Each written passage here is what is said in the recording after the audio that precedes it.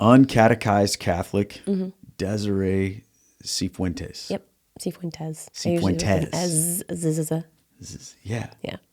Welcome. Yay. So glad you're here. I remember seeing your stuff on Instagram like forever ago. Yeah. When I first started getting into this world, and I was like, oh, I like this girl. She's funny. She's Thank cool. you. So you mentioned that you were an uncatechized Catholic. Yep. Talk about that. Did you grow up in the church? What was your upbringing like from a faith perspective? So I was raised Catholic, cradle Catholic. However, my upbringing was not, it wasn't very intentionally done in the Catholic faith, if that makes sense. So my parents split. And so it was my dad who was raising me in the faith. My mom was a Protestant and she really wasn't practicing. But my dad would take us to church every Sunday. And for roughly half of my education, I was in Catholic school. And so those were the two things where I would get Catholic education. Other than that, it just didn't happen. Like, we prayed before meals when we were little. My dad would pray with us before bed, and that was sort of it. And so once I got older, I kind of viewed my faith as something that I kind of clock in and clock out of, in a sense, where it's like, it's time to go do faith things. And then when I'm done doing the faith things, I'm done doing the faith things. Like, I'm still a Christian, obviously, but I don't have this mindset of kind of always be evangelizing, always be living in a way that, shares your faith just because you're holding yourself, constant to these practices or these things. And so I didn't have a very good formation, and I also just didn't understand what I didn't understand, if that makes sense. The example I always use is, eventually down the line, I figured out the term early church fathers, and I was like well into my 20s before I had heard that term. And it's like, see, how am I supposed to ever learn about the early church fathers if I've never heard of the early church fathers, And that was around that moment that I had the reckoning where God was like, you can do this and you can help other people. But my growing up, I was a very, fortunately, naturally very moral person. And so the church teachings that I knew, even if I didn't fully understand them or I interpreted them wrongly, I did try to stick to them, and I cared a lot. And I had what I call my primary conversion when I was in 8th grade. So I was 13. And what had happened was, from 2nd grade to 7th grade, all those years, I was in Catholic school. And by nature, I'm very contrarian and very confrontational. And so at that point in my life, my dad's very conservative and what have you. And so I was like, I'm going to be super liberal, I'm just going to be whatever. I don't care about any of this stuff. I go to church because you make me go to church, blah, blah, blah, blah, petulant. And then I left Catholic school and I had to go to public school. And that was the first time where I had this real reckoning of, oh, I can't actually just take for granted that the people around me believe the same things I believe, or they want to hold themselves to the same standards that I want to hold myself to. Like, I was shocked at some of the things 13-year-olds were doing. And it blew my mind. Like, I couldn't believe that these people were so far down some rabbit holes and doing certain things. And so that moment for me I was like, okay, I do think that this is important to me, even if I don't take it really very seriously at this point. I need to take it quite seriously. So at that point, I say that I became a Christian by choice, but a Catholic by happenstance. If I had been raised Lutheran, then I would have been Lutheran, that kind of thing. So at that point, I got a lot more active in my church faith, like actually paying attention and listening during the homilies and things like that. And I missed going to Catholic school, and I very much wished that I could still have that religious education and what have you. But I bought my first Bible at that point and would spend time in it, not too much, but I did pray every day. I would hear little saint quotes and things here and there, and I would kind of tuck them away for myself. But I just didn't know very much. And a big part of that too was that my family, I'm originally from Arizona. My family in Arizona, other than my nuclear family, nobody else was a really solidly practicing Catholic. I had every flavor of other faith family members. And because of that, and because of the fact that the few friends that I still had from Catholic school, no one was really taking their faith all that seriously at that point, I felt like I was alone, and I really, really wanted Christian community. And so at that point, again, super uncatechized, I didn't know what the Reformation was. And I didn't even really understand like Catholic versus Protestant or anything like that. So I thought that all Christian churches were Christian churches, and like the main teachings are all the same, but it was just different expressions of the same stuff. And so I thought you just went where you felt most comfortable.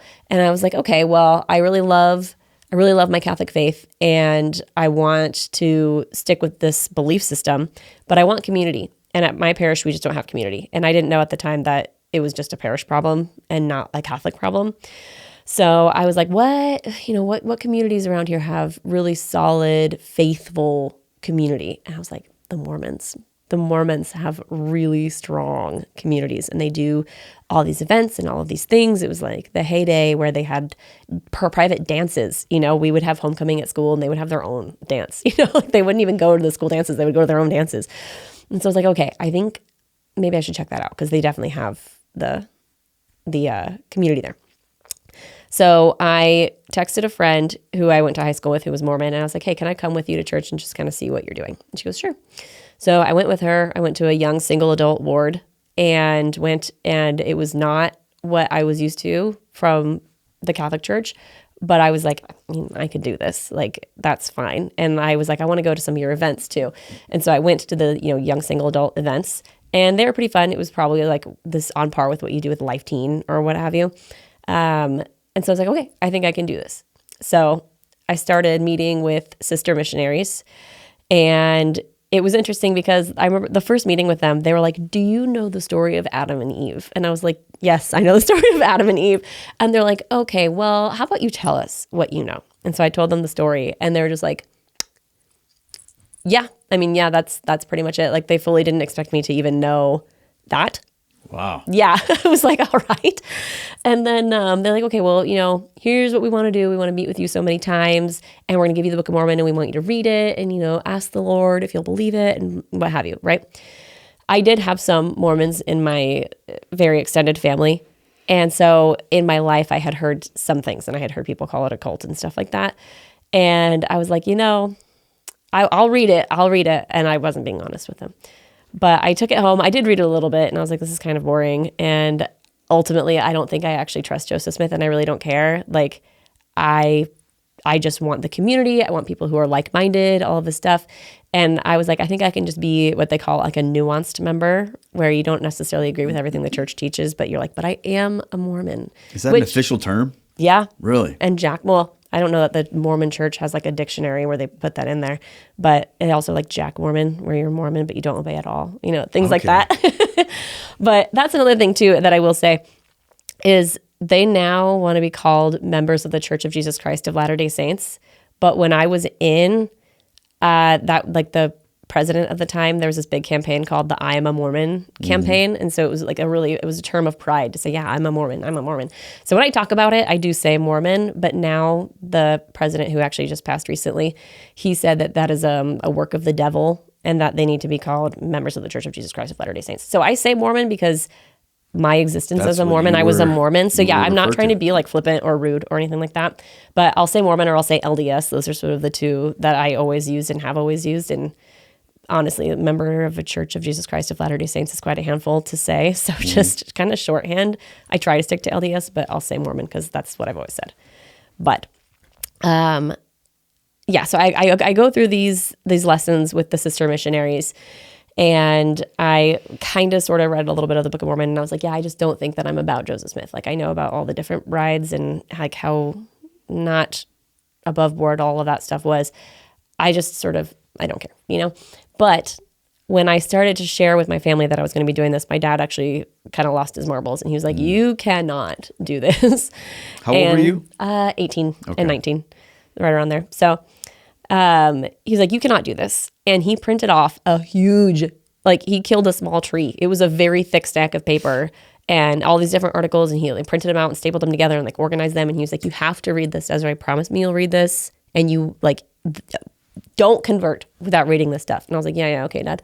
And I took it and I put it in my car. I like flopped it in the back seat, and I never read it. Again, I'm very contrarian. It's been a work for me to be less like that. But still my natural instinct is to be like, no. But now I have to say, okay, fine, I will try. But yeah, so I flopped that in the back seat, didn't look at it ever again. And I had, I had a couple like Mormon connections. I had my one friend who I very much trusted. She has actually since left the faith and she became Catholic, right? But that was recent too. But so I trusted her and I would talk to her about things and she'd be really honest with me. And then I had another guy who I had class with at my community college and I would talk to him about some things. And he was doing, it's like the missionary thing where they say, you know, milk before meats and all that jazz. And that's fine. But he didn't want to be forthcoming with certain things. And then when I would come to him and say like, is this true? He would be like, okay, well, yeah. So like he wouldn't lie, but he also wouldn't just say it even when it would have been part of the conversation and appropriate to bring up, you know? But I believe part of their training is like, just don't talk about these things, deflect, change the subject because it's a milk before meats thing. Like you have to drink your milk and then you can handle the meat. But I am not like that. I'm like, just tell me to tell me how it is. And if you don't tell me how it is, I start to get suspicious, you know? And so a few of the things that we talked about with my dad and other people that were like, hey, red flags, it was Kolob and it was the Joseph Smith wives thing, which I knew. And it was that the Book of Mormon is like the bedrock, the foundation. That is their faith. And the Bible is kind of secondary. And I was like, well, I'm not okay with that. The Bible does have to be it, you know? And so I took that to my sister missionaries and I was like, hey, you know, I've heard this. Is it true? Which one is really the foundation of the faith? And they're like, well, it's the Bible. If we didn't have the Bible, we wouldn't even have the Book of Mormon. We wouldn't have anything. Like, it's the Bible. I was like, okay, cool. So then I can do this, right? So I wound up going through and deciding to convert. They had a male missionary give me like a Mormon quiz to make sure that I had learned my stuff. And then, I could go and get baptized, right? So day of my baptism, I go in, it's a whole ceremony. You sing songs. My missionaries, sister missionaries, they got to give speeches, all this stuff. One of the sister missionaries gave a speech that was very interesting to me because she was talking about how the Holy Spirit works in your life. And she said, you know, before your baptism, it's like driving in your car with the headlights off and it's dark outside. So every now and then you'll get this burst of light from above. That's from, you know, a street light. But in between are these stretches of darkness where you're just alone. But after you get baptized, it's like you reach down and you turn on the headlights. So sometimes the light is brighter and sometimes it's a little darker, but the Holy Spirit is always with you. And I remember thinking to myself, that's weird. I've always felt the Holy Spirit with me. And then I just went and got dunked, didn't think about it at all. So after that happened, it wasn't immediate, but my life definitely changed. The best way to put it is like I went from living in Technicolor to black and white because that's what everything felt like. I felt like I was going through the motions. I felt numb almost all the time. And if I felt anything, it was just sad and depressed. Really? Yeah. I'm not a crier. Never have been a huge crier. I cried a lot during that point in time because, again, I just felt nothing. And even things that ought to bring me joy just didn't. And I was still, like, I went to, church every Sunday. And for, at least at the time, what they would do is 1 hour of a church service and then a second hour of formation. And they had 2 separate classes. There was one class for people who had been Mormon for 1 year or less, and one class for people who had been Mormon for more than a year. And I was like, I'm going to go to that class. And they were like, no, you have to go to the baby class. And I was like, ugh, fine. So I would do 2 hours at church, and then I would go to all the YSA events and parties and whatever. All very wholesome, all very fun, like exactly what I wanted. And I could not for the life of me figure out what happened. Like, why do I feel the way that I feel? My biggest thing was I want community. I'm dying for community. And now I have that. Like, what is going on? And I thought about all this stuff. I was like, no, I'm not going to church on Sunday with my dad anymore. But like, why? That shouldn't cause all of this. I was just thinking about all these different things. Like, what could possibly be happening?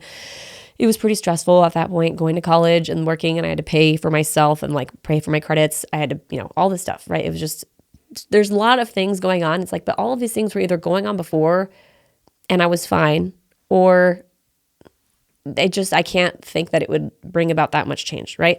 So this goes on for 3 months post baptism. And one day I was laying in bed and just recognizing how low and lame and horrible everything was. And I started praying, and as I was praying, I started crying. And it was, again, crying, like huge, big, fat, ugly tears, pillows wet kind of stuff. And I was praying about it, and I'm just like, God, like, why? What is happening? This is what I thought I wanted, and it would make me so happy, and I'm not.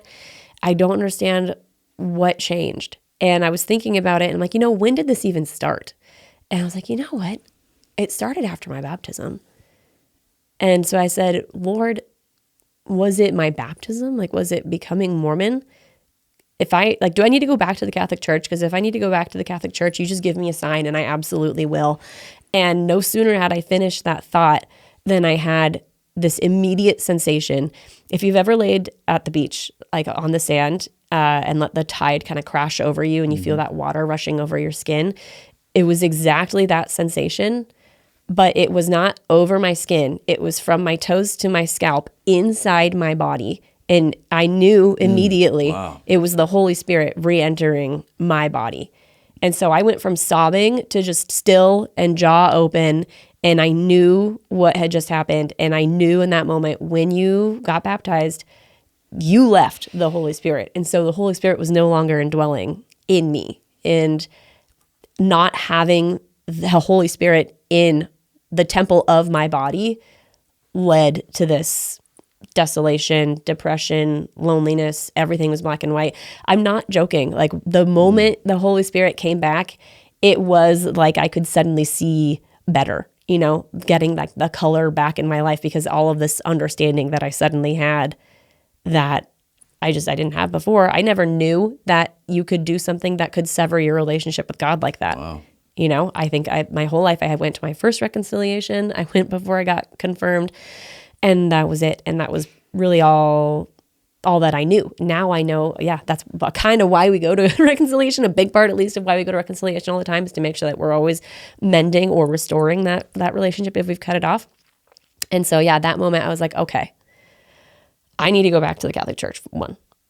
And 2, I know that this is convincing for me, what just happened. And I know that this is the Holy Spirit. But I know that might be cool for other Catholics to hear. It's not going to be convincing for somebody else. So when somebody says, why are you Catholic? I need to have the reason to go along with my faith. And so I was like, I need to figure this out. I don't know how I'm supposed to teach myself about the faith, but I'm going to. And so that's where I set off and I went. And I had an interesting postscript with the Mormon church and, took off from there, starting to catechize myself, so on and so on. And then here I am today.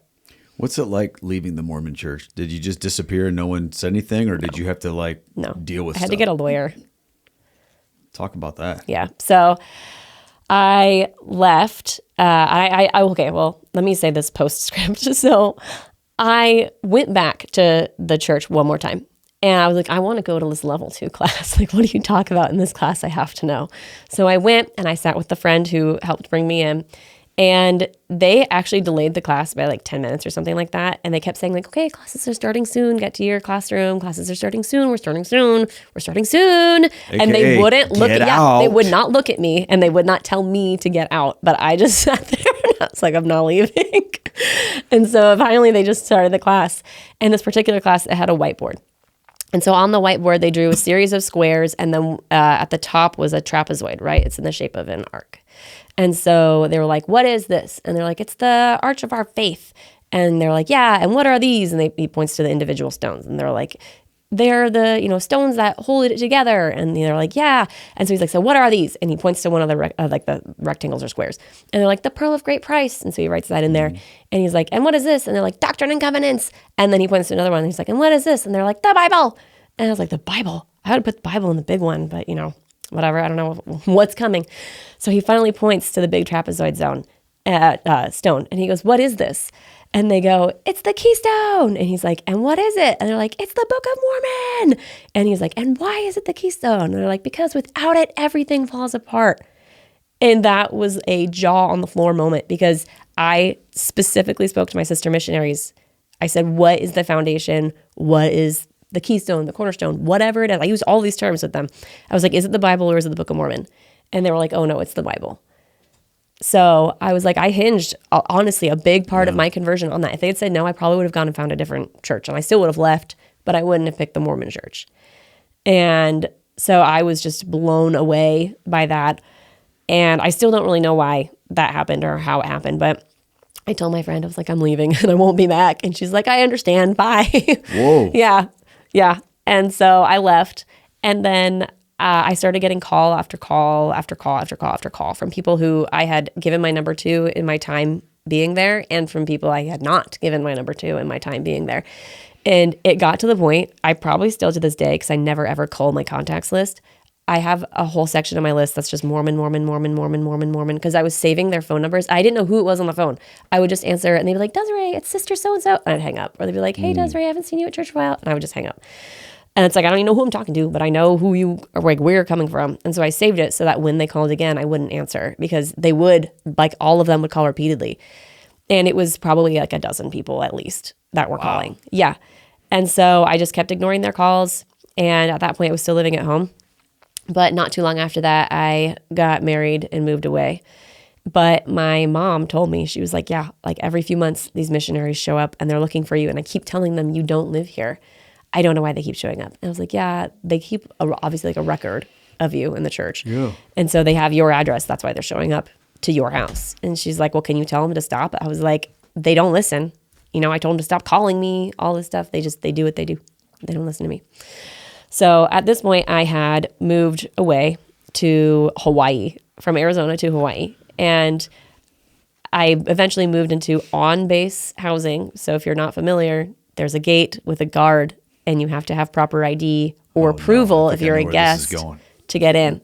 So I lived in Hawaii for a few years, and then we were moving stations. We were going from Hawaii to Washington State. But I had gone home to Arizona for a little bit, and my husband was in Hawaii wrapping things up. And he calls me and he's like, you will never guess who just came to the door for you. And I said, who? And he said, Mormon missionaries. And my jaw hit the floor. Again, I was like, what do you mean? We live on base and it's Hawaii. And I never told them where I moved. How do they even have this information? Like, I'm still registered to vote in the state of Arizona. Like, there's like, for the life of me, cannot figure out what they could have gone through to not only figure out she lives in Hawaii, but she lives in this specific home on base, and then so they weren't just random missionaries that just walking around. They came for me. They were like, hey. For me, by name, because that's how you do it. If you go on base, they won't just let missionaries on base. They have to say, hey, we have a member. This is the member. This is where they live. And we would like to be able to have access specifically to go see this member. Wow. Yeah. And I was like, I'm not a member. And when I left, they did tell I think I heard in like different internet corners or whatever, that, you know, this record that you have, you need to go and pull the record in order to be left alone. And I was like, I'm not going to do that, because no means no, and I'm out means I'm out. Like, I had told all the people, I'm leaving. I don't want to be back. I don't want to be part of the church. That's it. Like, you can't stalk people to get them to come back. And at that point, that was what it felt like. That's a whole other, like, I totally respect getting a bunch of people to call me. At the time, I was upset about it, but I respect getting people to call me and not just saying like, off in the wind with you, you know, like there is a certain amount of community and love and care, and saying like, actually, because you're part of our flock, like we do care about you and we want what's best for you. And I believe that all of those people really believed that they were doing the best and right thing. But taking it to that level of hunting down my address that I had never shared publicly. And again, to this day, I do not know how they got that information about me. And then going to all these, it was insane. So I actually got on Reddit, and I went on a subreddit, and I was like, this church that I used to be part of won't leave me alone. Like, what do I do? And I didn't name them, but they immediately knew in the comments who I was talking about. And they're like, there's this lawyer. This is like all he does. He has this whole website. I think it's like Quit Mormon or Ex Mormon or something like that. And so you go there, and for free, you just give him all of your information, and he'll send a cease and desist over to the church. And once they get the cease and desist, they'll leave you alone. Wow. And that's exactly what happened. Yeah. That's wild. I know.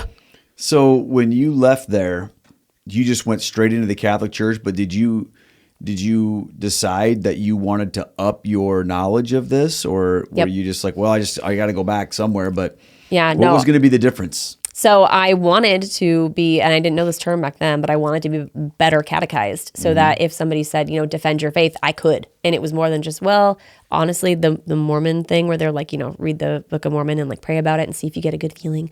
I was like, that's what this sounds like. It sounds very Mormon to me to be like, I had a really good feeling when I was praying one time. I know that that's what that sounds like. So I was like, no, I need more than that. Yeah. And frankly, maybe God just wants me out of the Mormon church and I'm going to go into Catholicism and I'm going to start pushing on things. I'm going to start pushing on walls. And if they hold up, then I'm in the right spot. And if they fall down, there's probably somewhere else that I need to go. And that's what I've been doing ever since, is just pushing on all these walls and testing all of these teachings and seeing, is this legit or is this bollocks, and everything holds up. So that was sort of the beginning, was do all these things still hold up? And so I sort of went back and re-looked at all of the things that I already knew. I know that the Eucharist is real presence, but what does that even mean? And why do we say that? And so I read John 6 and like all of these things, right? But the hard part was, again, I don't know how to research things that I don't know about. Yeah. And at this point, this was 2012, 2013. This happened in 2012, but going into 2013, I'm like still trying to figure this stuff out. And online, it was basically Catholic Answers. And I think the Catholic Encyclopedia had the website at that point in time, but I was not ready to be reading the encyclopedia. And I was like, yeah, Catholic Answers, the articles are great, but there's not an article for everything like there is now. And so I just sort of carried on and I was like, okay, I'm going to figure this out. I don't really know how, and I don't know who I'm going to ask because again, I don't have a ton of very practicing people in my life, but I'm going to keep doing this. And so it took some time and I would look and keep looking. And honestly, that was 2012, fast forward to 2014, I had my first child. And I was like, I really haven't gotten that much better. And maybe there's some other stuff out there and I can dig into it and figure it out. So I started doing some more research again. I found the Father Mike Schmidt's Ascension Presents videos. Mm-hmm. And so I started watching those all the time and I would like binge them with my husband. And then I stuck with that for a while. I ordered a catechism of the Catholic Church. I didn't even know we had a catechism. So I ordered that and I would look really stuff up in there. Catechized. Yeah, it's wild. So I would do that. And then this was the time where I went from Hawaii back to Arizona. And so I continued going to church back in Arizona at my home church. And when we moved to Washington, I was away from my family, my extended family, I should say. And I was like, I need something else. And what else can I do in this life? I discovered podcasts at that point. And so I looked up Catholic in the podcast search bar. And there was Catching Foxes and I think something else. And I don't remember that was something, I don't remember. But some other show, and I listened, I think, one episode of the other show, and I was like, I'm not really into this. I don't like how they talk. But then I started listening to Catching Foxes, and I was like, okay, Luke and Gomer, like, I like these people. They're funny. And their whole thing was the intersection of faith and culture. And so I was frankly quite well steeped in culture. So it was great to see things like kind of apply. And also sometimes they would have entire episodes that were just about like the Avengers or something. So it's like, okay, this is a neat break. And then it's a little bit of Catholicism sprinkled into the Avengers and, you can kind of make your faith connections. And it's more nerdy than it is actually like educational, but it was still good. And honestly, getting to hear people have these conversations was a huge deal for me. And at that point they had maybe a few dozen episodes. So I had gone back to the beginning and started listening. And I heard them start plugging Pints of the Aquinas because their friend Matt Fradd's doing this, blah, blah, blah. So I went and found Pints of the Aquinas, and I think he had like 5 episodes. So I started listening to Pints. And those episodes, along with Father Mike, were my bread and butter for a long time. Not long after those 3, I found How to Be Christian on YouTube. Mm-hmm. And he, at that point, he wasn't admitting that he was Catholic, but I was watching his stuff, and I was like, I think this guy's Catholic. Like, I'm pretty sure. I started watching Lizzie's Answers, too. And she wasn't Catholic yet, but I was like, she's gonna be Catholic, I think, And so I would go through and I would just cycle through all of this content. And every now and then I would find a Catholic Answers article or a book, and I would get it and I'd read it. And it was still really slow going. And a few years of that, I sort of had a reckoning where I was like, I'm really lopsided in my faith. Like, thanks to listening to Matt Fradd, I can probably give like a PhD level dissertation on why porn is bad, but I still had not heard of the early church fathers at this point. And so I'm like, I think something else needs to happen. And because of listening to Catching Foxes, I knew they had gone to Franciscan and they had gotten, degrees in theology, or like they said that they were an option at Franciscan, I should say at least. And so I was like, okay, maybe I should do that. And I didn't go to Franciscan at first. I did graduate from Franciscan, but I was like, okay, I need to pursue this theology degree. And that's when all of this kind of opened up. That was the moment where I was like, what am I even going to do with the theology degree? Because that was another pause point for me. At one point, Gomer in one of the episodes had said something like, theology is a great second major. Don't make it your primary major, because what are you going to do with that? And so, I had that moment of like, what would I do with that? And God was like, you are an uncatechized Catholic and you can help others who are in the same boat. So I was like, okay, I'm going to get this degree then. And I think it's going to fill in and kind of even me out and then even push me up, And that is more or less exactly what happened. As soon as I started getting into these classes and hearing more of these terms and things like that, I was often doing my own research outside of classes, and I was ready to read a lot more like heavier, meatier things. And it's just been a rocket ship since then. Wow. So you got your degree from Franciscan. I did. And, it's interesting because you went to school not as a stepping stone into something just because you wanted to learn. Yeah. Which was a big part for me cool. with Uncatechized Catholics. I was like, this is kind of crazy. Like, you shouldn't have to go get a bachelor's degree, especially in this day and age, just to be a formidable Catholic. And I can only do this because I have a quite rare, unique lifestyle and circumstance that I can just say, even if I never do anything with this, I can do it. Like, I can go get it. I have enough scholarships and I was, Pell Grants and all that stuff. And whatever loans I had to take out, they're really, really minimal, so I don't have to worry about getting a job just to pay them back kind of thing. But I know that not everyone can do this. Not everyone can jam these classes in or can attend a college that even offers these classes or can afford to just go and get it. So something has to give. There has to be a filling out in this middle space between like the 100 and the 400 level theology, because what's there, it's there. But it's sparse and it's really hard to find if you're only at this 101 level. It's very interesting because I see so many things on YouTube now that I would say you could put into those categories, but they didn't always exist. No. And for someone in that space who's trying to figure out, hey, I want to learn. And part of me is really excited about the fact that we have those things. But the other part of me is really sad that it's just not part of being in the church. Yeah. What do you think the church needs to do to catechize people better? Because we hear this all the time. You hear people who went to Catholic school their whole life. I mean, my wife is one of them.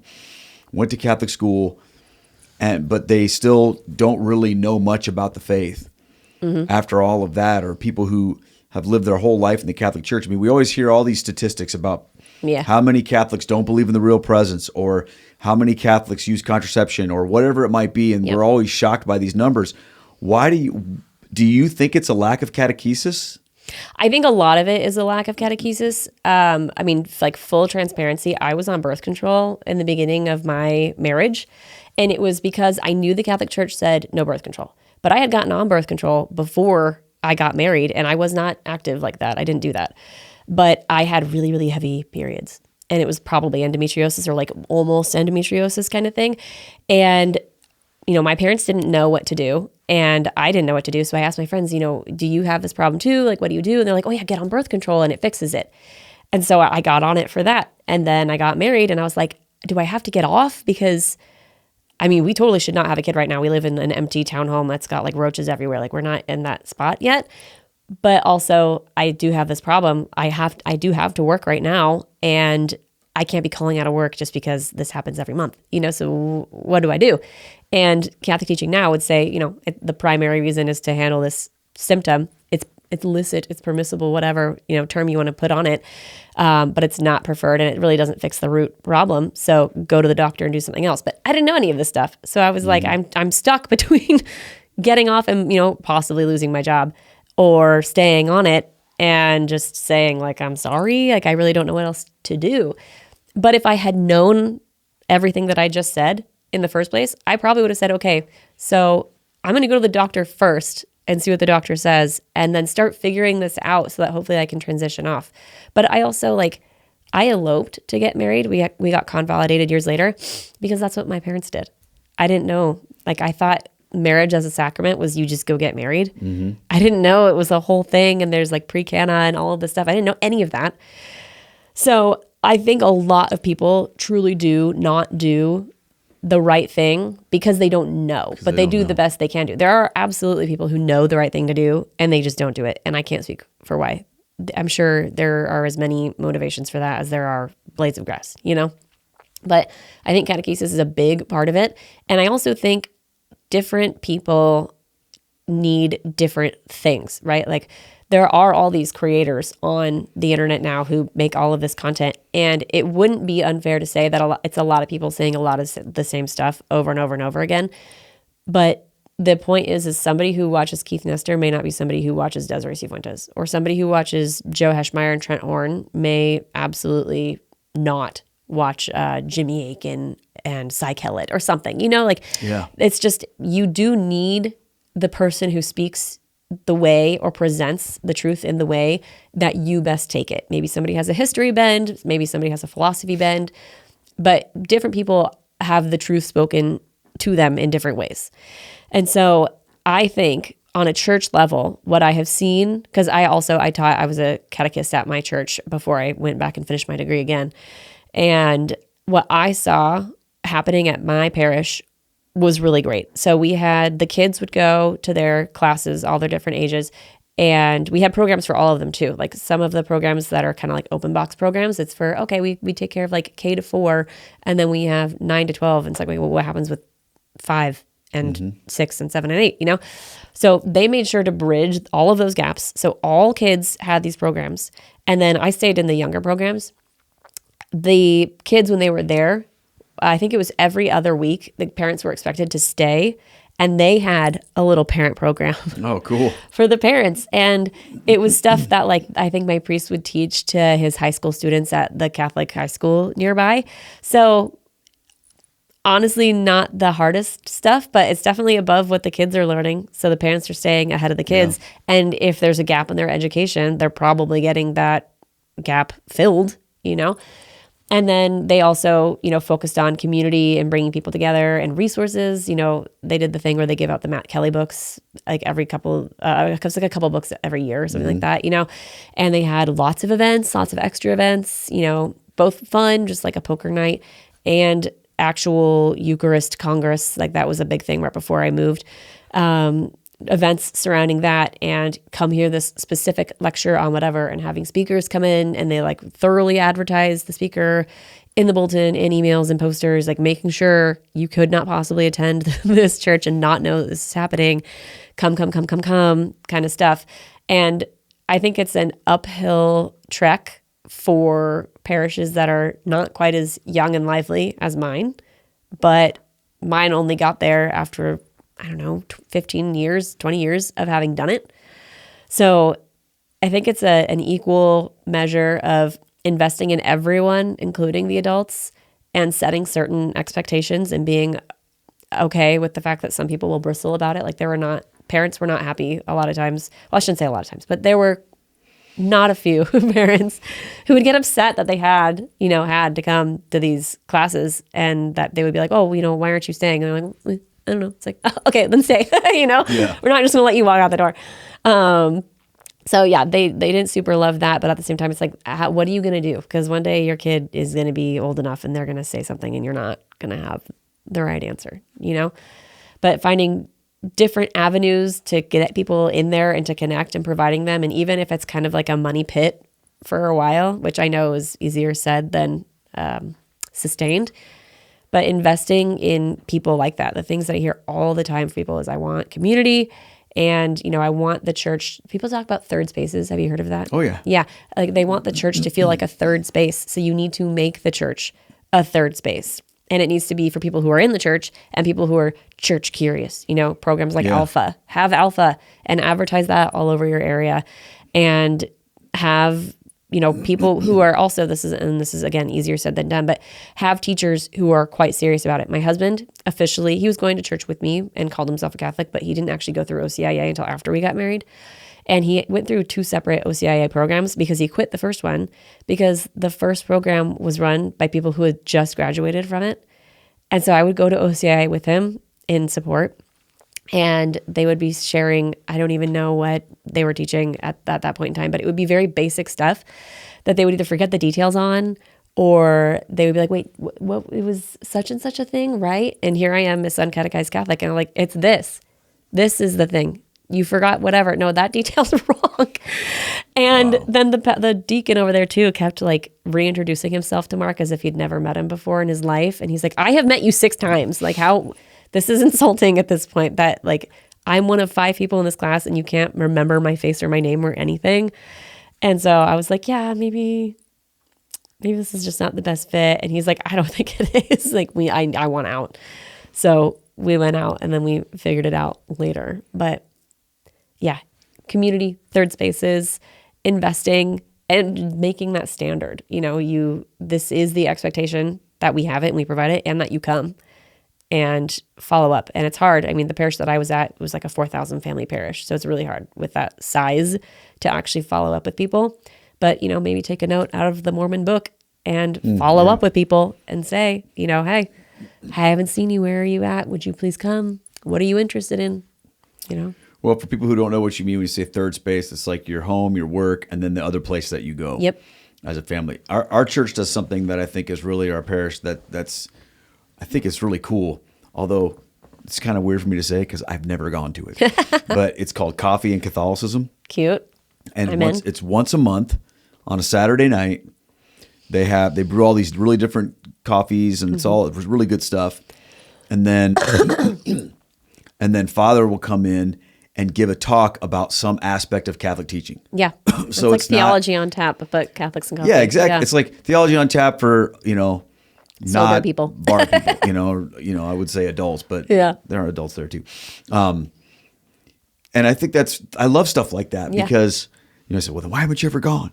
I can't drink coffee late at night. It keeps me up.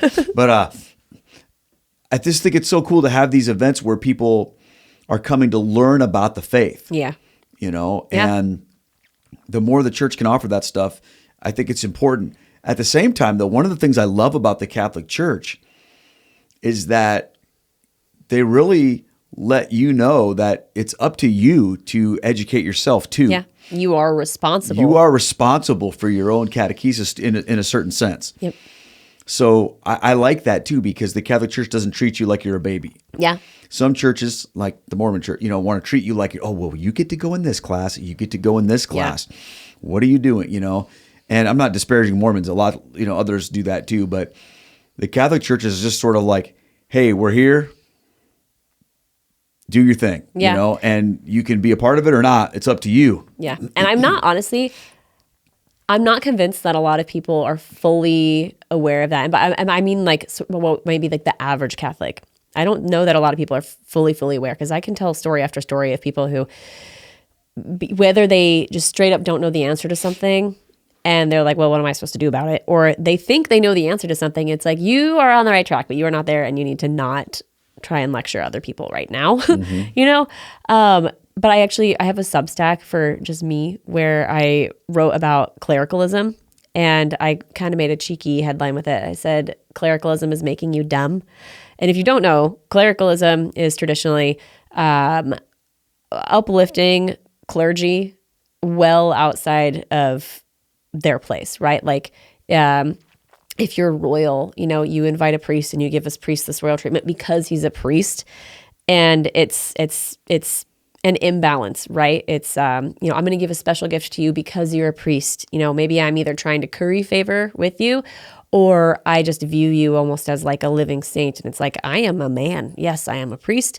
And yes, I hope to be a saint one day. But at the same time, like, I'm not a I don't know, mystical unicorn being. Like, I'm still a human being, and it's important. It's important that you remember that, because just like everybody else, priests will make mistakes. But people go beyond even that. People will do this with whoever they follow. You know, if they're like a big Trent Horn person or a big Keith Nestor person or whatever, they will go, I have this issue. What does my priest, what does Keith, what does Trent, what do they say? And they'll go and find your video, your article or whatever on it. And then they go, that's the gospel truth. and cut, we're done, you know? And then they'll go out into the world and argue this point to death, you know? And it's most commonly happens on the internet anyway, around Harry Potter. People freak out over whether or not you can read Harry Potter or you can let your kids read Harry Potter. And they'll cite, you know, famous celebrity exorcist priest so-and-so, or, you know, whoever I just went to Catholic a talking head that I like, men's you know? conference, and that was the exact question, was the Q&A was, Yep. and I'm like, that's what we're worried about, you know? I know, but I get it. I get it. I really truly do. I get it.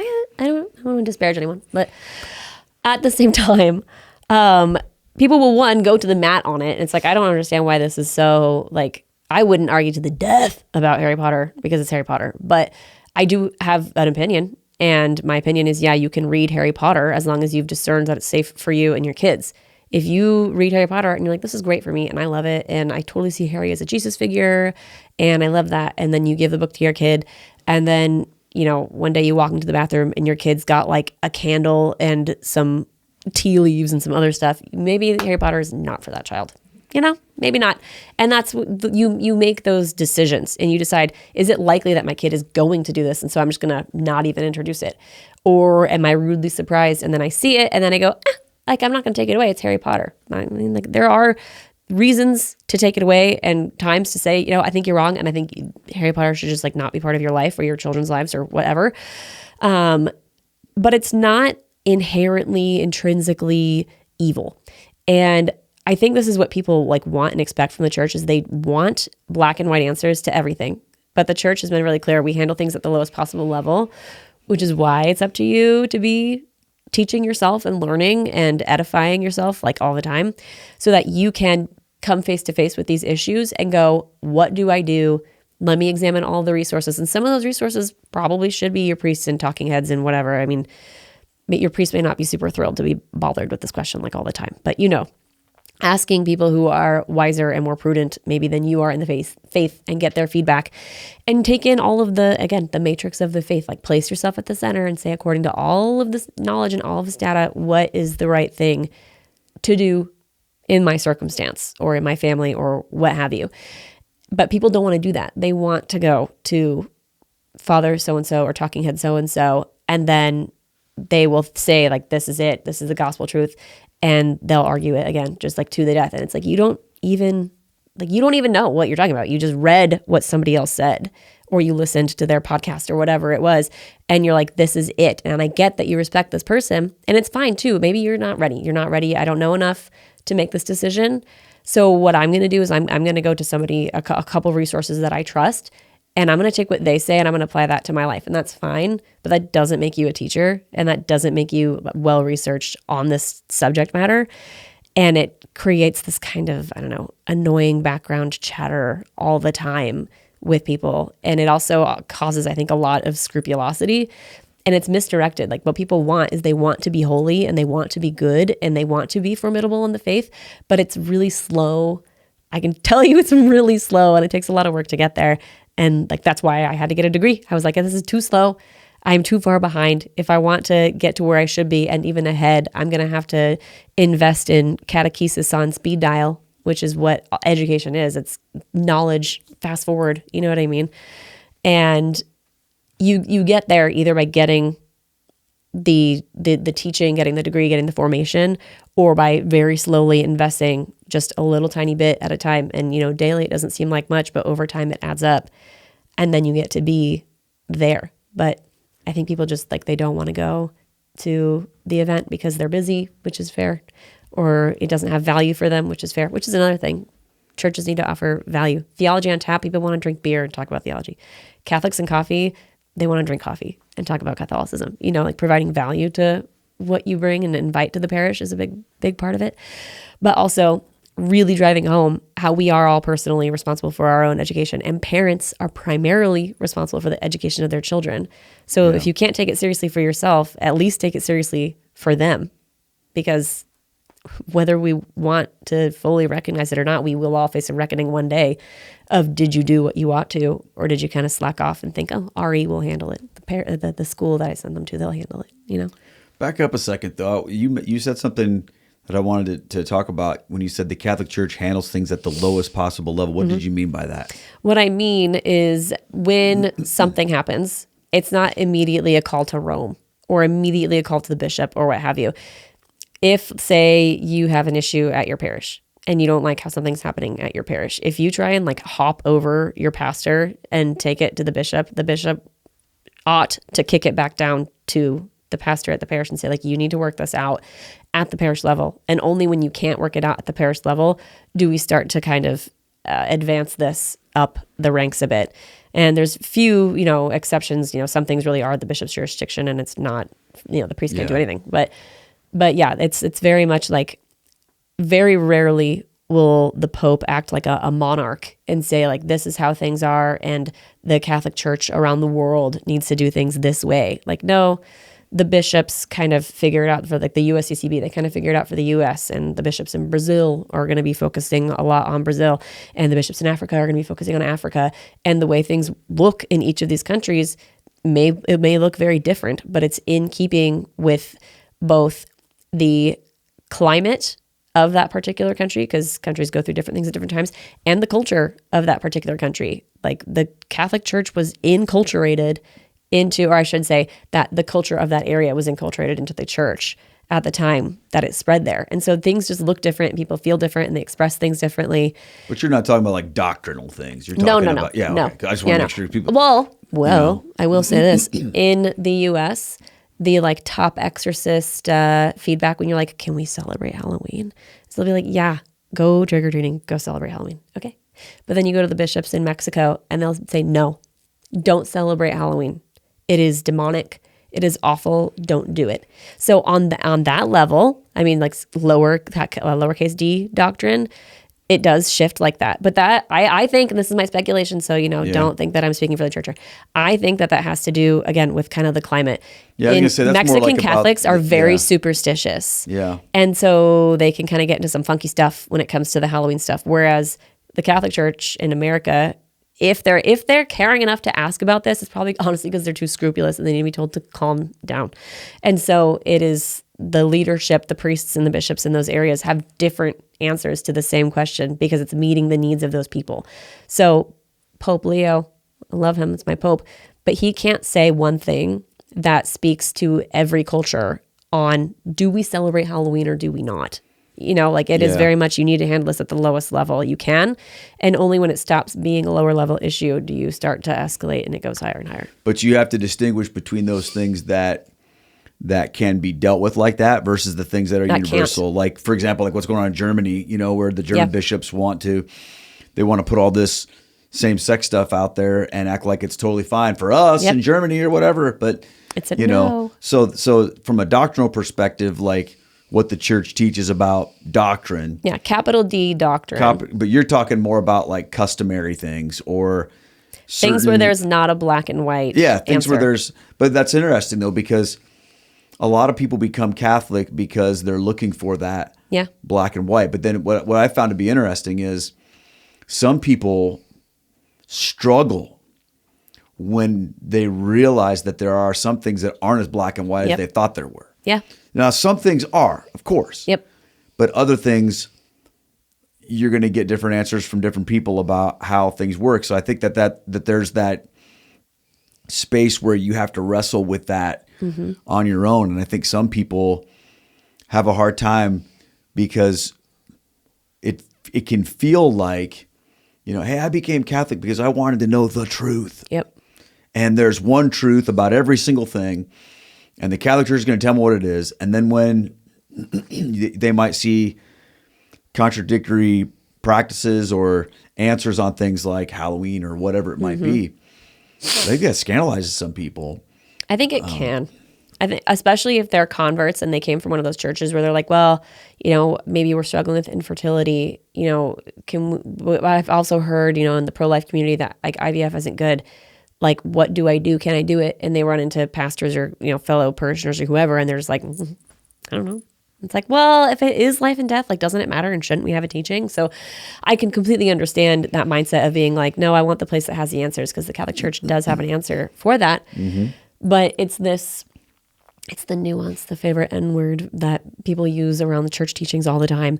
It's I actually was just talking about this last night on my live show as a coil, where you'll start and you'll go, I have this problem. And so now I need to solve it. And what do I do? And you'll kind of go around and you'll collect different data points. And you're like, okay, where do I land on this? And you'll kind of feel like you come back to where you were, where you don't really know anything, but you're not. You didn't actually do a circle. You're in a coil. And so you have to go down. Are you going down or are you going up? Hopefully, I don't know, whichever way makes the most sense for this particular situation. I'm going down because that's nice for the cameras. But you go around and around and around on this coil. And finally, once you reach the end, you go, okay, I have gone around this 100 times. I have examined all the different data. I sometimes think I'm getting close to this answer that I had in the beginning, and then I'm kind of far away from that answer. Now that I've gotten to the end and I've examined all of the pieces, this, I think, is the way. But people don't want to coil. They want to go, oh, ought I to receive kneeling or standing? What do the early church fathers say? They say this way, so that's what I'm going to do. It's like, all right, if that's good enough for you, that's fine. But you don't shame other people for choosing the other thing. It's not reverent enough, or like, okay, you're overly pious. Like, you need to chill out. Like, there's no hard and fast either way. And also, I will get on like my horse a little bit here. People love to, shame people for receiving however they receive. We don't always know why people receive the way that they receive. Like my stepmom, God rest her soul, she would never kneel. It was because she had horrific knees and a bad back. It's like, it's just, and it's also just, it doesn't matter for your salvation, how you receive. And it doesn't matter for, your salvation, how they receive. And that can be extrapolated to a whole number of topics, including Harry Potter and Halloween and whatever. It's sometimes you go, is this necessary for me to have like an iron and concrete answer on for my salvation? And if it's not, then you need to sort of decide how important is it to discern, because maybe you don't have children. Maybe you're called to like a single vocation. Do you really need to have a hard and fast answer, like very well researched on Halloween, and you can like write a PhD level dissertation on it? Or does it like really not concern you and it really doesn't matter because you don't even have kids and you don't even really need to worry about it, My friend says that we have to be careful that we don't turn our preferences into precepts. Yep. That I may have a certain way that it means for me to receive the Eucharist. And for me, it might feel, pretty important. Yeah. But that doesn't necessarily mean that I am now in a position where I have to judge somebody else. Exactly. And I think what we've kind of seen, and this is a little bit of an aside, but I think what we've seen in a lot of places is people that lean towards that more traditionalist side. Yeah. They have the reputation sometimes of being super judgy and harsh against other people, and some of them certainly are. Yep. But yet at the same time, it feels like in our church culture right now that some of those more traditional practices are the ones that are being outlawed. Like I've heard of people, this has never happened to me. Yeah. But I've heard of people who, when they kneel to receive on the tongue, they're told to stand up. Yeah. I've heard of that happening to people. And I have no reason to disbelieve that it's never happened to me. Right. But I've heard of that happening. I've never heard of anybody who was told as they approach, get on your knees. Right. You know what I mean? I've never heard of that. Yeah. I've never heard of a diocese that has mandated altar rails being, at every mass, but I've heard of one that's had them removed. Yep. You know what I mean? Yeah. So I think I just want to make sure that we understand that certain people are more sensitive toward those things because they see less room for their preference. Yeah. In the practice of the faith. But here's what I also believe. I think you're going to find whatever you're looking for. Yeah. And if you're looking for, hey, I'm being persecuted, you'll find that. Yep. And if you're looking for someone who is like judging, you'll find that. Yeah.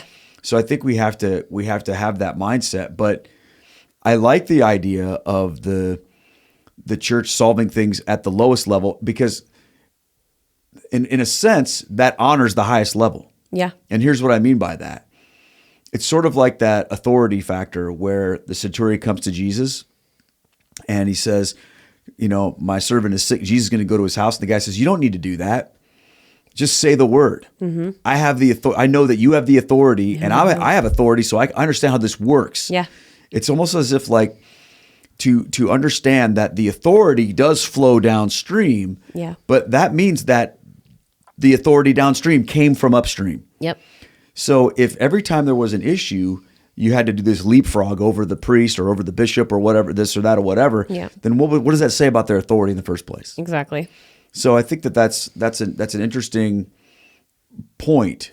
I just want to make sure people don't think that, oh, well, we just can do whatever we want, because we've all heard stories of even priests who have said and taught things that are contrary to church teaching. You know, we've seen that. And so there's this weird tension in Catholicism where on one hand, we're to submit to authority. Yeah. But at the same time, we're also aware of the ultimate authority. Yep. And again, that's where catechesis comes in. Because what does the church teach about this? What does the church teach about that? Yep. What do you think the average layperson can do that wants to know more about their faith? Like, where would you tell someone to start? Like, let's say someone's Catholic curious, or they've been in the church for a while and they realize they don't know a lot. Where should they begin? Is there one thing that you point people toward? So how to be Christian, if we're going to go with like the modern take here, and honestly, probably of all of them, this would be the best because you can sit down and you can enjoy it. He actually has a playlist on his YouTube and it's called The Basics of Belief. So I would go and watch that whole playlist and then see where you land. You know, do you really understand this or do you not? And go forth from there. Check out How to Be Christian's other videos. Every single thing that he does is really well researched and really well done. He doesn't post very frequently, but that's because he's doing a lot of research. He's very, very logical and he's very ironclad with what he puts out. So he's a good place to start at and to kind of figure out your level.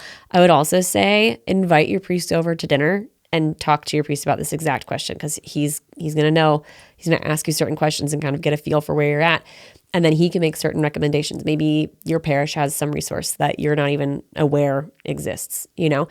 Also investing in the people in your immediate vicinity, right? Like the phrase I think is you become the average of the 5 people you surround yourself with. So if you are consistently the smartest, you know, most Catholic person in every room, you need to get into some different rooms. You know, you don't need to leave your friends, but make some more Catholic friends. Join the book club or join the Rosary club or what have you. That was my parish back in Arizona was really good at having so many different clubs that were run just by like some random parishioner, and they happened all over the place, you know?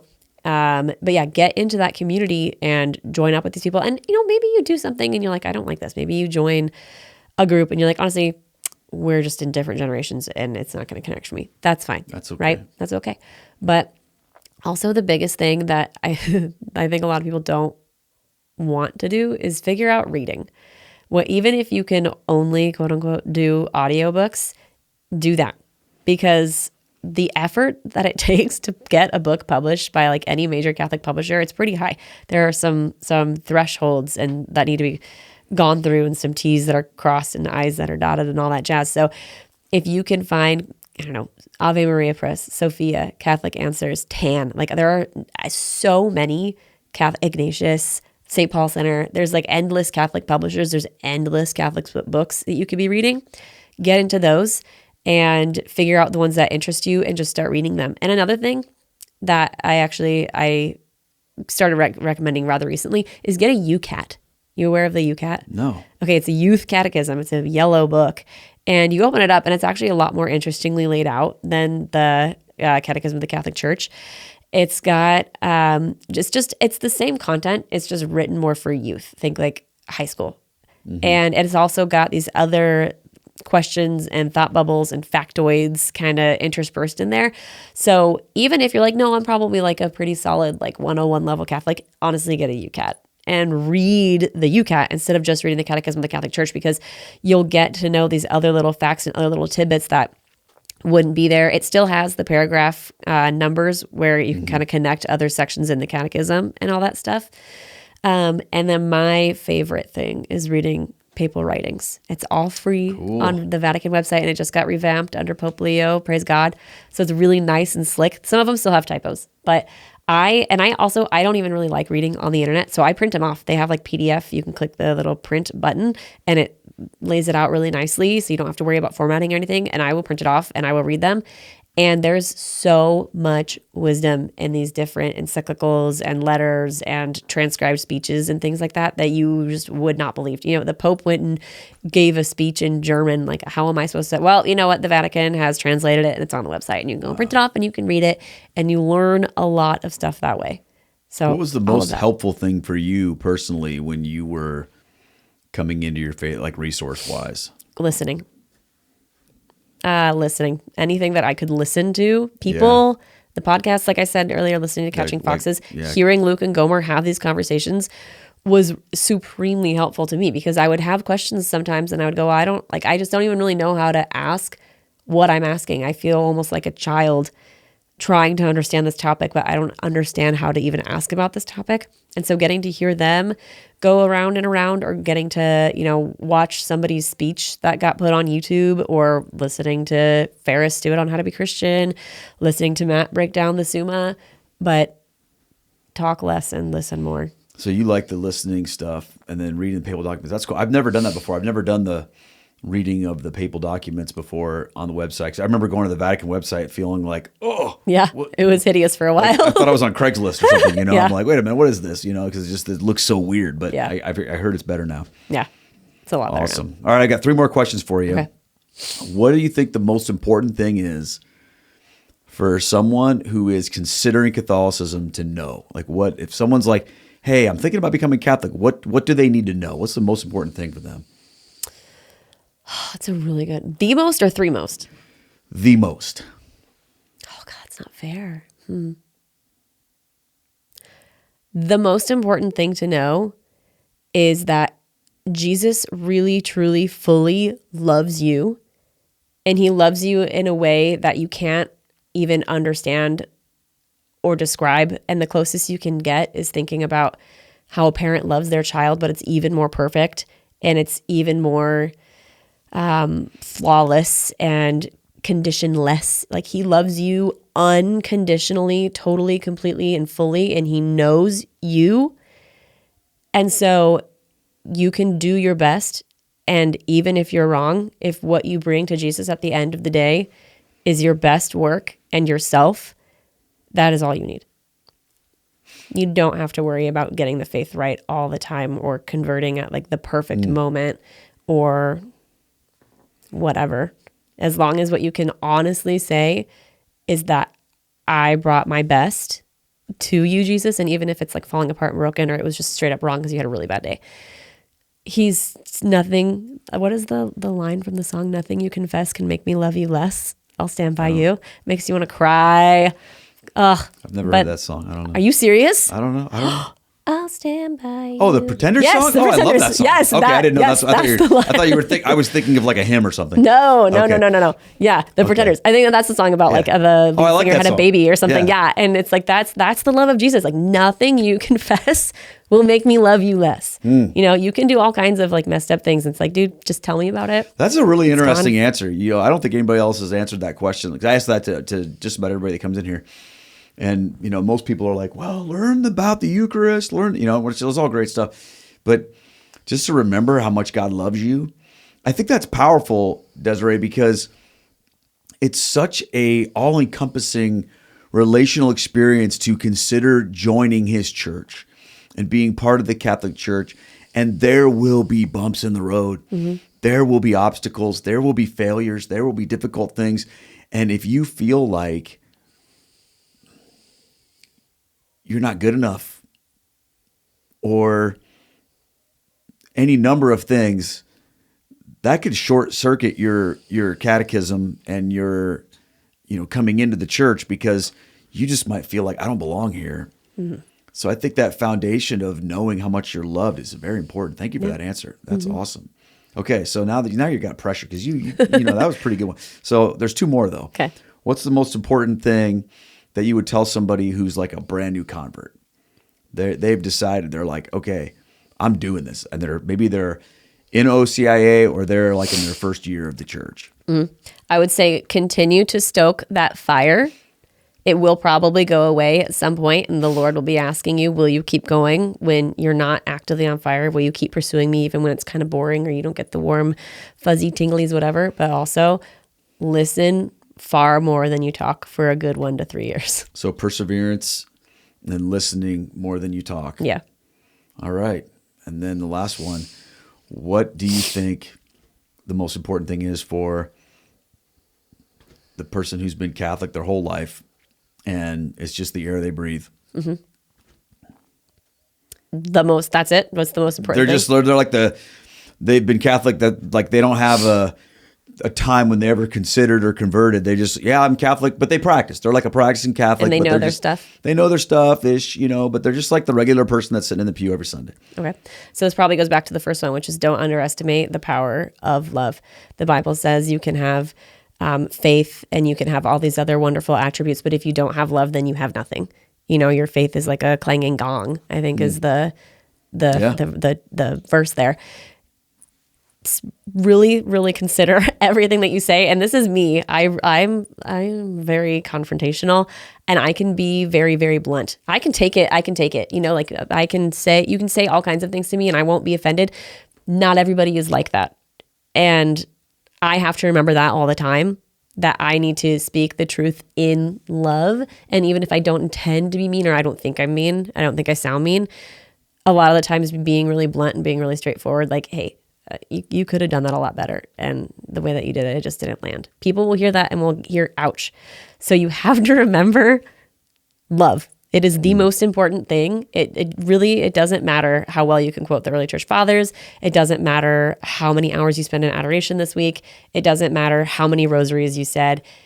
Did you love your family? Did you love your children? Did you love your neighbor?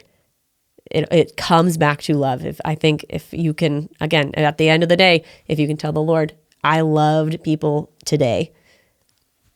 That's the most important thing you can do. Love the Lord your God with all your heart, soul, mind. Love your neighbor as yourself. Yep. Awesome stuff. But it was fun to get to meet you last year at the Catholic Creator Conference in Steubenville. You're going to be there this year again? Of course. I go every year. Yeah. So this is the third year. You were there both years, right? Yep. Awesome. What's your favorite part about that conference? The people are my favorite part. Honestly, the first year I went because I was starting to pick up traction on Instagram. And I was like, I don't know anybody who does this. So I have all these questions and I don't know how things work. And I want to get to know people who do this. And Kyle put out, the invitation to come do a Catholic Creator Conference in Steubenville. He was like, you have to apply to come. And I was like, okay, I'll apply. So I went and applied and I was accepted. I was like, great, I will go. And it was amazing. The first year was quite a bit smaller than the second year. But that was nice because it meant it was a very intimate affair. And I think I talked to every single person who was there for a while awesome. And then made all these connections that carried forward and joined the Discord, had been in the Discord. That's how I found out about it. But got more active in the Discord once I was like, I know who this is now. Oh, Danny. Yes. Oh, that's Danny. Okay, got it. There's Danny. Hi, Danny. And you get to know and talk to people and you can just throw a question out there.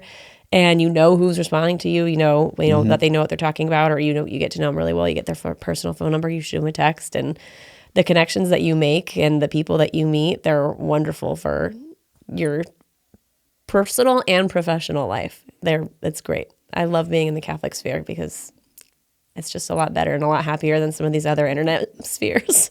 It reminded me of like summer camp. From when I was a kid. I used to go to church camp. That was like the center of my life when I was a kid, because you meet all these cool people from all over the place. And that was like where you would gather every year to reconnect with everybody. But it felt like you were all part of this thing together. And so I got to go last year and I remember just thinking, this is great. Yeah. These are my people, man. I love being there. I'm excited to go back this year. I can't wait for this year. It's going to be so much fun. I'm thrilled. I think probably especially that first night when everybody who came a day early who gathered at Kyle's house, it wound up being almost like a huge party at Kyle's house with the food and the people. It was so good. Yeah. So I just would encourage anybody, if you're thinking about going, it's for Catholic content creators. So it's not just for anybody. It's for people who are trying to do the things online, but you don't have to be some huge content creator. You just have to be creating stuff. And not just Catholic content creation either. You can be a Catholic who creates content. Like if you stream playing a video game, or if you make beautiful art and you paint churches, you're like an icon artist, like come. Yeah. It's for networking with other Catholic creators, and some of them are Catholic first and some of them are, or I shouldn't say Catholic first, we're all Catholic first, right? But like Catholic forward content creators, and some people they do something else and they're like, oh yeah, and by the way, I'm Catholic. And so that's how you subtly evangelize the culture, One of the things I thought was so cool about it, and I know they're going to do it again this year, is they have these studio setups. Yep. All over town. I think there's like 4 or 5 of them. And I remember I was talking to them because I was going to do some interviews out there, and they were like, don't worry, we got it. And I'm thinking to myself, what do you mean? Yeah. I'm pretty picky. Yeah. And they're just like, it'll be fine. So I had these interviews lined up. And I remember when we got there, we went downstairs to check out the space, and Drew was down there setting everything. I'm like, this is amazing. Right. What these guys can do is incredible. Yeah. And they have them for anybody. So if you're a content creator that you've never been able to do an in-person interview with somebody before, you can just go and sign up for a slot. They have all the gear. They have the people to run it. And you can grab somebody from the conference and do an interview for your podcast or for your channel. If you've never tried it, but you've always wanted to, it's built in. Yeah, exactly. Whether you want to do an interview or be interviewed too, it's another thing. There's definitely some messaging happening that was like, okay, I picked a slot and I need somebody to talk to, go shill your stuff. Yeah. I've never done the whole, hey, I want to be interviewed thing though. Like, that's that'd be interesting. You just walk around, hey, will you interview me? Will you interview me? I don't know. But I'm really excited about it this year. It's going to be awesome. So we'll leave a link in the description for people if they want to go to it. But that's where we got to meet last year. I was super pumped about that. Now here we are. And I've always been curious about your story, about how you wound up doing what you're doing. So my kids, a couple of my kids are on this journey right now. Yeah. And they're following all these different people on Instagram. And I remember sending my daughter-in-law and my daughter your thing. And when I got on there, they were already following you. So that was really cool. Love that for me. So tell us real quick about your Instagram page, what it's about. Okay, so I am myself on Instagram, which can be confusing for some people because they'll be like, I swear I was following you. And I'm like, it was probably my other account. So I'm Desirae Sifuentes, and I just sort of do whatever I want, post whatever I want. That's my account. But where I started and really blew up was doing an account called Uncatechized Catholic. And I started it because I was an uncatechized Catholic. And I felt the Lord speak to me saying, you were this and you can help people who are like this because you're not the only one who's like this. And so the point of the account is to speak to people who are cradle Catholics who are like, yeah, I know the fundamentals, I know the basics, but I never really went beyond that. Where do I go? How do I grow? Kind of thing. Or neophytes, like I've gone through OCIA, now I do know those same fundamentals, but where do I go? Because when I was in this position, I noticed that there was an awful lot of very, very basic Catholic stuff. And then kind of, a gap really, that at least it just wasn't very well saturated. And then you get to like Thomas Aquinas and Hans Urs von Balthasar. And it's like, I'm not ready for you yet. I'm sorry. I love you so much, but I'm just not. Like, thank God Pints of Aquinas was doing what he was, I was doing what he was doing back then, because that was how I was able to actually get into Aquinas and understand it, was having somebody break it down every week. But I noticed this gap, right? And I always kind of liken it to university language. Like if you are ready for my account, you've gone through Catholic 101, right? Now this is like the 201 or the 300 level stuff. I'm not going to go into the 400 level stuff. That's quite high. But that middle ground that says I'm ready for more, I'm ready maybe for nuance or for some wiggle room, not just question, answer. So I started making these little short videos. It was just a few seconds of audio that I would lip sync to. And then in the caption, I would give a bite-sized answer, I would say, long enough to cover everything, but short enough to be interesting. And then at the end, I would also stick some further resources just to go deeper. Articles that say all these things that I couldn't possibly fit in there, or here is where it is in the catechism or this encyclical or whatever. But even that sort of has its limitations, because no matter how honed in on one topic I get, the faith is, you can't really consider just a few things. Yeah. It's really this matrix. I always refer to it as a matrix, where you have to find a way to exist in the center, where you get all of these streams of data coming in at one time. And you have to go, okay, now that I'm sitting in everything, where do I feel like God is leading me? That is probably where I need to be or where I need to be going or where I need to stay, maybe, right? And it's just really hard to do that in a 7 or 8 second lip sync with a little caption on Instagram. So I just pivoted it into a live show. So now I do the exact same thing, but I try and talk for about an hour. I do the same thing where I say it's here in the Catechism, canon law says whatever, this encyclical says such and such a thing, or this book was really great, a topic on it. And then I'll just kind of discuss it around and around and around and get to that place where I've done it enough justice that I'm not really missing something, and someone doesn't really, hopefully, doesn't walk away feeling like, oh, it was kind of lopsided, or I'm lacking, or, she linked an article to such and such a page, and I don't like that page, so I'm not going to read it, and then I just don't get what I need to get out of it, right? So that is where that has gone and where it is today. Yeah. Wow. And when did you start it? So I started, I believe, January of 2023, but I didn't take it very seriously. I didn't follow any of the, this is how you Instagram pages. And anytime a kid got sick or we had a trip or something, it was just the first thing to go. I didn't take it seriously at all. And like I said, I felt like the Lord telling me that I could do something with this. And so after a year of doing it and not really taking it seriously, I think I had grown to 600 something followers. I was like, I think I'm done. I'm 30. I don't want to be lip syncing to whoever reality TV person this is. I feel silly doing this. I'm kind of old. And the Lord was like, no, don't. Just keep going and keep doing it. I'm going to do something with this. And so I was like, all right, fine. So that was around the new year. So going into 2024, I was like, okay, I'm going to work like it depends on me and pray like it depends on God. Yeah. And so I started following all of those accounts and doing the stuff I'm going to post once a day, every day to my feed, and minimum 3 stories a day, and do all the things to keep people interested and what have you, right?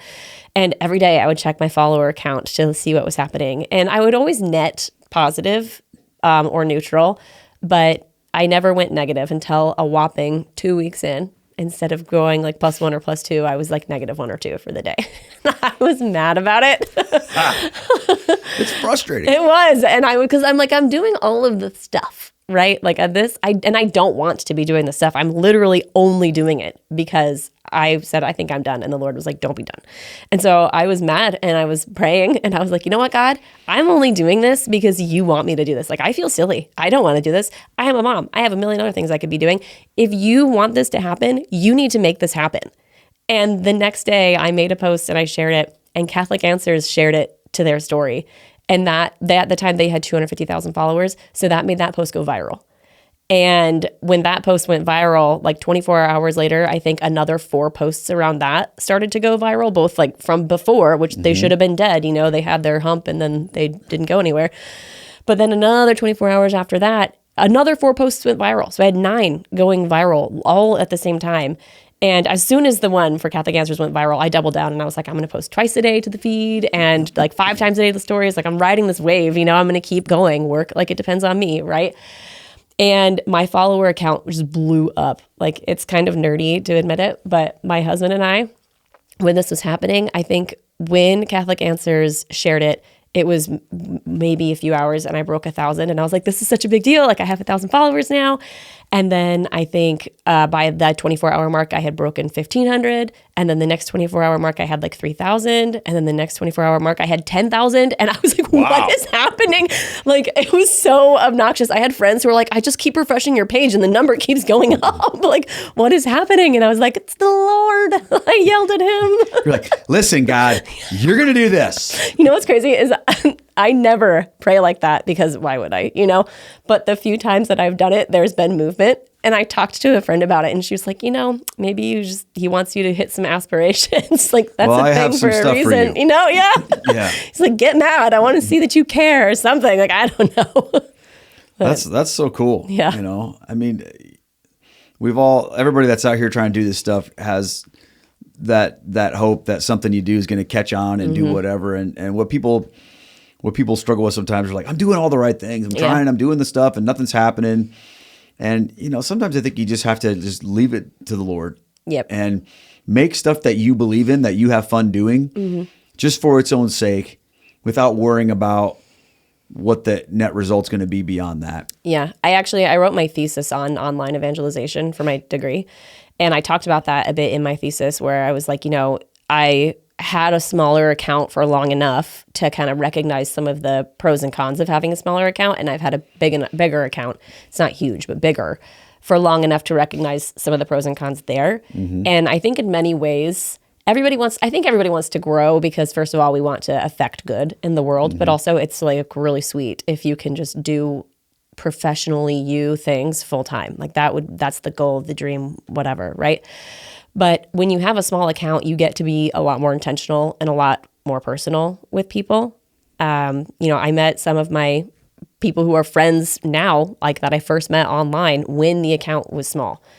And then when my account took off, there was this point that I was like, I actually can't keep up with all of the comments anymore. I can't keep up with my inbox anymore. I can't even open my inbox requests on Instagram because it will just crash. It will not work because I get too many.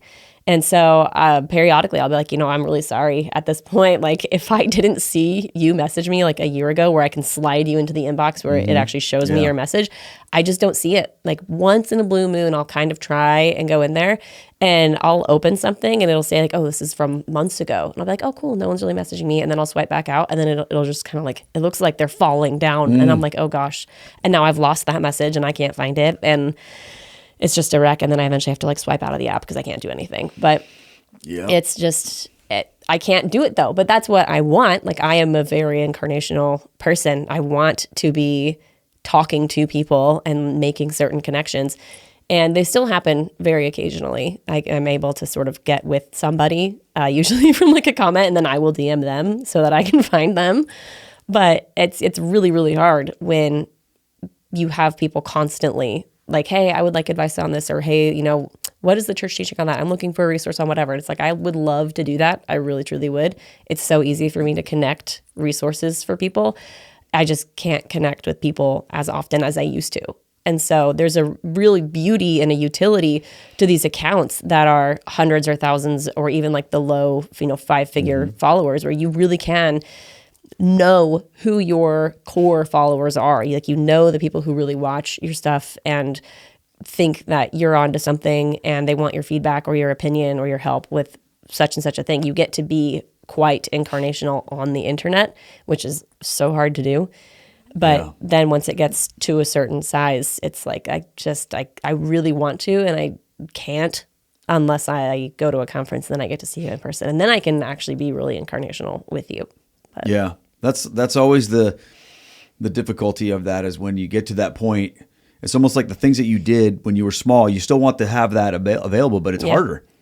Exactly. And sometimes you feel bad about it, but I think you get to a point where you just go, look, it is what it is. Yeah. It's possible on my small account. Yeah. My personal, I should say, my Desirae Sifuentes, because I have the separation of accounts now. Not anymore, because now it's going to blow up now if we're talking about it. Blow it up, guys. But no, seriously, because I think I have 1,000 or something followers, so I can actually get into my message requests. And so that is the account that I'll do that a little bit more with. But I just post whatever. I think I put in my bio, I was like, I'm not beholden to the algorithm here. Like, this is just, I do what I do. I'm just being me. I might be funny. I might be serious. I might whatever. But yeah, that's just for me to be public with people. And then Uncatechized Catholic can stay focused on the catechesis. Well, I'm going to put links to your stuff, all of your different things that you have down below. And I also want to link that podcast that you taught, Catching Foxes, before. Yeah. Okay. Is that still around? Yeah, they still do it. We'll put that down there. We'll put How to Be Christian. And here's what I want. I have a request for you. Okay. I want you to figure out how to get him to come to the Catholic Creator Conference. Can someone? That's your job. I want to. I have been harassing him for years and years and years to come. Because I talked to him online. We kind of comment on each other's stuff, but I'm like, why? Like, are you a real person? I know. Or are you like an AI generated kind of? We might need to get a private investigator to find his address and then just go kidnap him. I got a great idea. Call the Mormons and say, hey, this guy wants to be a Mormon. They'll go find him. They will. Awesome. Desirae, thank you so much for coming to Iowa with your family. Yeah. And I'm excited, like you and Mark and all of your children are here. This is awesome. I know, it is awesome. So thank you for taking the time to be here and for everything that you do. I have so many people in my life that are in that space where they need that good catechesis. And it's fun to be able to send them to your stuff where they're going to get it, but in a way that's like not going to bore them to tears. It'll be fun for them too. So keep up the great work, and I can't wait to see you at the conference this year. It's going to be a blast. Thank you for having me. Absolutely. And I think it's time for tacos. All right. Thank you so much. Bye. Thanks for listening to Catholic Feedback with Keith Nestor. Catholic Feedback is brought to you by Stewardship, a mission of faith, and our generous supporters on Locals, Patreon, and donations through our website. Catholic Feedback is a production of Down to Earth Ministries. For more information or to bring me to your parish or event, visit downtoearthministry.org. That's down, the number 2, earthministry.org. See you next time.